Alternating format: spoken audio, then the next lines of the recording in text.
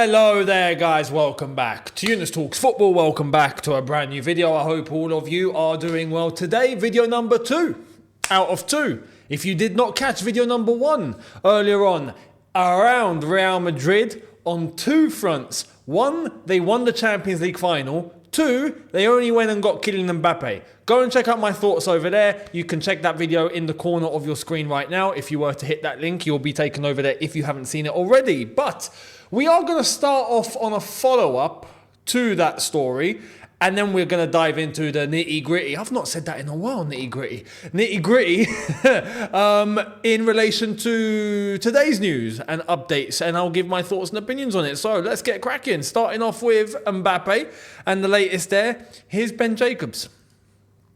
Kylian Mbappe will be announced as a Real Madrid player in the coming days after penning a 5-year contract with a €150 million signing on fee paid in installments.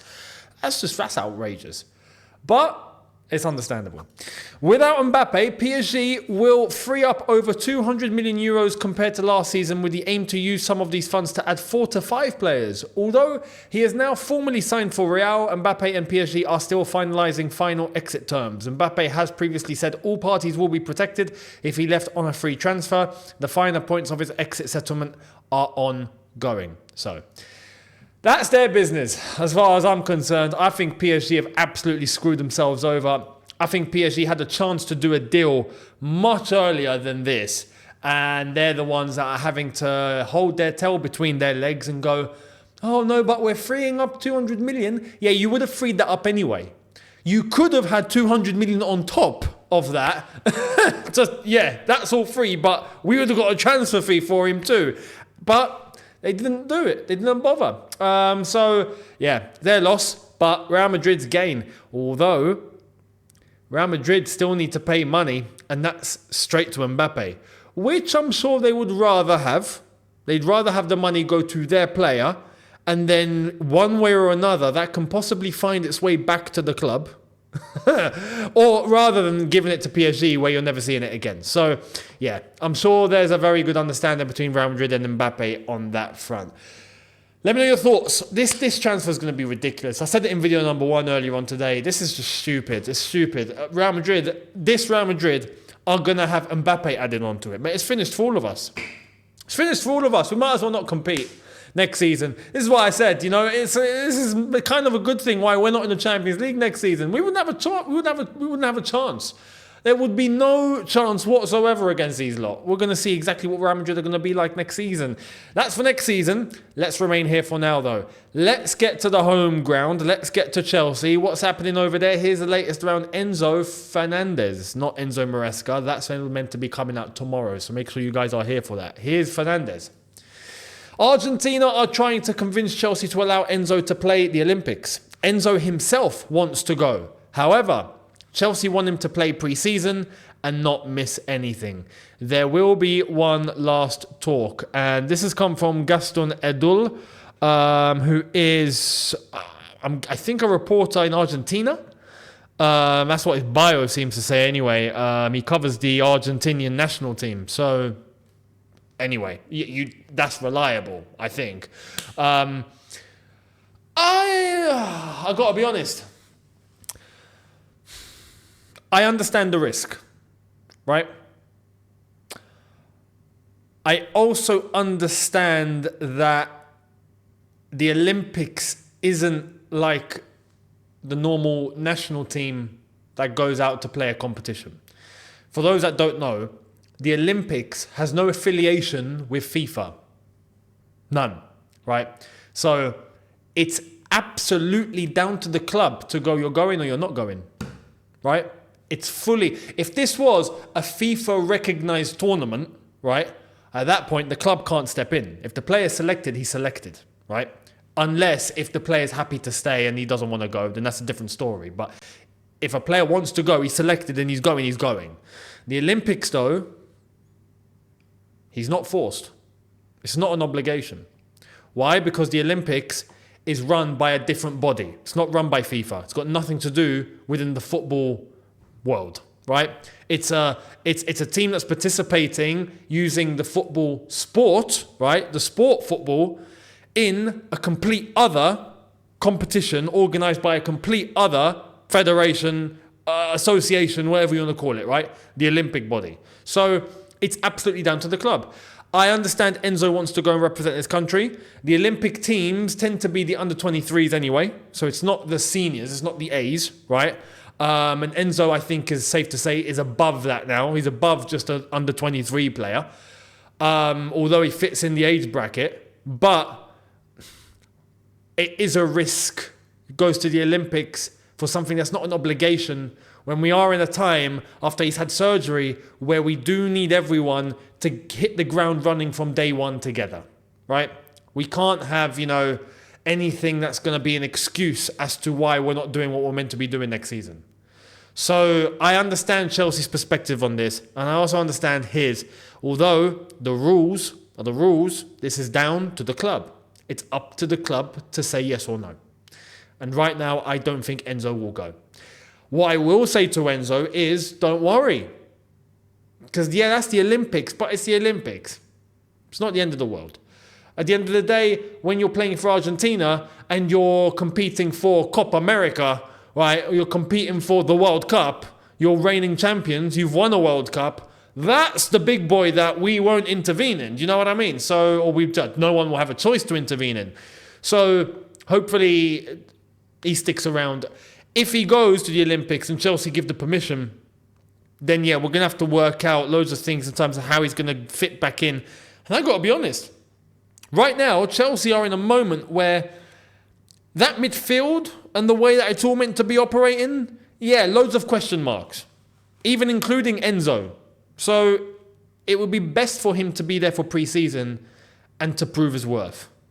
And to show that, I'm meant to be in the selection. I'm meant to be in the starting 11. I'm not meant to be a bench player. Right? So let's see what happens. Let me know your thoughts. Do you agree? Disagree? Do you think he should go? Do you think he should stay? If this was an earlier tournament that doesn't interfere with pre-season, I wouldn't have a problem with it. At the same time, there would also be a thing of he needs rest. Because if he's playing, doesn't stop, and this is why he came to this point in the first place with the whole hernia problem, and then he was playing on injections, he needs to have a break, right? Recover, get your body to 100%. Train and go flat out. The Olympics will be a hindrance to that. So, let me know your thoughts. Much appreciated. Now, let's move elsewhere. Check this out. This is ridiculous. Understandable, but ridiculous. Here it is.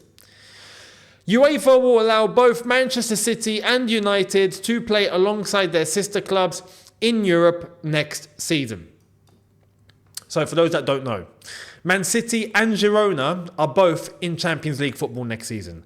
Manchester United and Nice are both in Europa League football next season. UEFA rules state that two clubs owned by the same people can't operate in the same competition at the same time. Although now we're going to throw that rule out of the window. Out the window. Doesn't apply now. Man United will be free to play. Nice will be free to play. City will be free to play. Girona will be free to play. What are we doing? So we might as well throw the whole rule book out of the window then. Right? Now, some people are going to say, oh, no, Younes, you're just salty. Because, if it was Chelsea playing in Europe, which you ain't because you're just playing Conference League. If you had Strasbourg in there, yeah, you'd want both of them to play. Nah. Nah, mate. Nah. I mean, it's Strasbourg, it is what it is. But if the rule's there and it applies to everyone, it applies to everyone. I can't complain. I wouldn't be here, right, if it was Chelsea Strasbourg in this situation and going, oh my God, no, we both must play. I'd be looking, I'm going, Chelsea playing Champions League football? Cool. Listen, if Strasbourg are playing Champions League football, listen, you might have to drop to Europa for this one. We're the big club. It is what it is. I know that's a bit egotistical, right? I understand. But if the rule is there. I ain't changing it. No one's changing it. So what are we going to do? Well, okay. If this is the rule now, then no one bring this up again. Everyone's free to do what they want. If Man City and Girona end up in a game together and then they fix the game, yeah, don't complain. If Man United and Nice end up facing each other or something happens and they end up fixing a game, don't complain. You allowed it. I wouldn't blame them. If that was a strategy, right? If it was, who knows, right? Imagine Man City and Girona got to the Champions League semi-final and they met, right? Imagine. Oh, but Man City are chasing a treble here. Listen, Girona, by the way, yeah, I'm the boss. You got to lose the game. Simple, yeah. I own both of you. I need Girona to lose, I need City to win, yeah. Do as you're told or you're fired. Like, you ain't stopping that. That's fine then. No problem. So, if we're bending rules now, then screw it. Throw the rule book out the window. Let me know your thoughts down below. Much appreciated. Now, Jose Mourinho has been unveiled in Turkey. And here he is, getting unveiled in front of quite a large, raucous crowd in Turkey. This unveiling was outrageous. Not to do with, well, it is to do with Jose. But those fans are crazy. Like, they're crazy. Now, I'm familiar to a good extent, right? Because I see standard European fans. I know what they're like, right? The English, we're a lazy bunch compared to the others. But the French, the Spanish, the Italians, yeah, a little bit rowdy, right? I also am familiar with the African side, right? I see Algerian fans and how they are. Then I see Moroccan fans, and I see Egyptians, and I see further down the Nigerians, the Ghanaians, the Ivorians, the Senegalese. The people get crazy up in those places, right? I also know that side. The Turks are absolutely on the same level. And here's why. Here's Mourinho literally going into the crowd to meet the Fenerbahce fans, and there just flares up left, right and centre, noise at decibels that will blow your eardrums out. And the whole thing was just absolutely outrageous. He went and took selfies with them.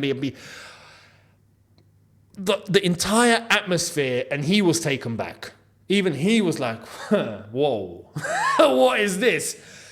Big up to the Turkish fans, because the Fenerbahce fans out there, they were outrageous. And this is why I've said what I've said. I think this is going to work out really well for Jose and for Fenerbahce. But he has gone into a world of football that isn't like how European football has become. It's what European football used to be. Things have gotten softer. In Turkey, no. Everyone is there at 100 miles an hour at all times, right? They don't shut up. They're loud, they're raucous, they're crazy, they go crazy. And that translates on the pitch, because at that point, it means that the players, you can't just jog about and whatnot. If you're not giving 200%, mate, they will eat you alive. That is where Jose thrives. He gets to bring that old school mentality back into the picture, which he's not been allowed to do because football's moving in a certain direction in this part of the world. So good luck to him over there. I think he's going to enjoy it, and I think they're going to enjoy it, and I'm looking forward to seeing what Fenerbahce are going to do. One of my best friends, who I've said is a Fenerbahce fan, he's very excited, and we're going to be paying attention to Fenerbahce this season. They're definitely going to be a team I'm following for sure. I want to see how things go out there, and hopefully they do well. Hopefully they can topple Galatasaray. So, and also qualify for the Champions League for the first time in 16 years or something. Anyway, let's move. Here's Fabrizio Romano doing something crazy. Check this out. I mean, it's not it's crazy, but not crazy. But you're about to understand why it is crazy. Here it is. Yeah, Fabrizio Romano is selling Kylian Mbappe Here We Go t-shirts. That's not the problem. He's selling them for €50, and it's just a printout of the tweet. I'm sorry, right? But that is stupid. That's ridiculous. That is ridiculous. That is pretty crazy. I haven't got a problem with someone making a buck. As long as they do it their own way, cool. And this is him doing his own way. But come on. Don't insult people's intelligence, you know? If you're going to print a tweet on a t-shirt, you're going to sell that for 10 euros. Yeah, tops. Top. Because we all know the amount it costs to get that t-shirt made, to just print a tweet on a white t-shirt, probably cost you like 3 euros or 5 euros tops. You can double your money at 10. 50 euros. That's crazy, man. That is insane. And he's got an entire shop of this sort of stuff. It's just yeah, come on, man. You buy an actual football jersey for almost that much. Yeah? Almost. I say almost because the prices have gone up. But you get the gist. It's a bit crazy. Anyway, let me know your thoughts down below. I saw that and thought, I got to mention this on the video. This is nuts. But anyway, can you imagine? Actually, no. I'll end it there. We're going to go on for too long about that. No, it's crazy. Lower the price, Fabrizio. Lower the price. Come on. Don't be greedy now. Don't be greedy. Here is the latest on the club that I thought I wouldn't be talking about again, but I might as well because it's funny. Brighton. Justin, Brighton are now considering bringing back Graham Potter. Oh, Brighton. Brighton. And old Potter. I mean, Potter's just been chilling, doing nothing. He's had how many chances of getting a job and he's just not been bothered. Yeah, maybe Brighton is always just been where he's meant to be. Maybe that's just the place where he's just going to live and die by the sword. Brighton having to go through everything they've gone through only to end up back with Graham Potter. Brilliant. Round of applause. Now, you know what? I actually think they'll be all right with Potter. That's the thing. It works. Potter and Brighton, it works, you know? It's like Ross and Rachel, it works. It just is what it is. It is what it is. So Potter back at Brighton. I do think that they will end up basically back where they were when he was there last time. Operating around 8th, 9th, maybe 7th, maybe. But that Brighton level, they'll just be there. We'll see what happens. But talking about the one that has just left them, now we understand exactly why he had left Brighton. And just as we all suspected, we are all correct. Here it is. The departure of Roberto De Zerbi was due to differences over player recruitment policy. And this is coming from Andy Naylor, Brighton and Hove Albion correspondent. So it is what it is. And this is why I'm pretty sure he didn't get the job at Chelsea. One thing to watch out for, though, is where is he going to go next? That's the question. Is he going to go somewhere quickly? Is he going to take some time out? There is one job. This is going to sound mad, but there is one job that isn't available now, but might be available next season. So not next season as in the one coming, but the one after. Yeah? 25-26. Man City? I'll leave it there. What do you think? Yes or no? Let me know your thoughts down below. Much appreciated. And I will catch all of you tomorrow for, I think, 1, not 2, 1, unless crazy things happen. But we are expecting the Enzo Maresca announcement tomorrow. So I will get that done as soon as I can tomorrow. And then we'll see what happens tomorrow. Whenever it all comes out and it all goes guns, everything goes all guns blazing, then I will be here to give you guys the video for it. So don't worry. I will catch all of you tomorrow. Make sure you guys are here for it. Don't forget to hit the subscribe button, hit the notification bell to be notified once I've uploaded. Check out the socials on screen and in the description. Notification bell is there to hit it if you want to be notified, of course. And I will catch all of you tomorrow for hopefully the Maresca announcement, and we'll get into the nitty gritty for that. I'm going to start saying that again from now on. Anyway, I'll see all of you then. Have a good one, people. See you tomorrow. Take care. And peace.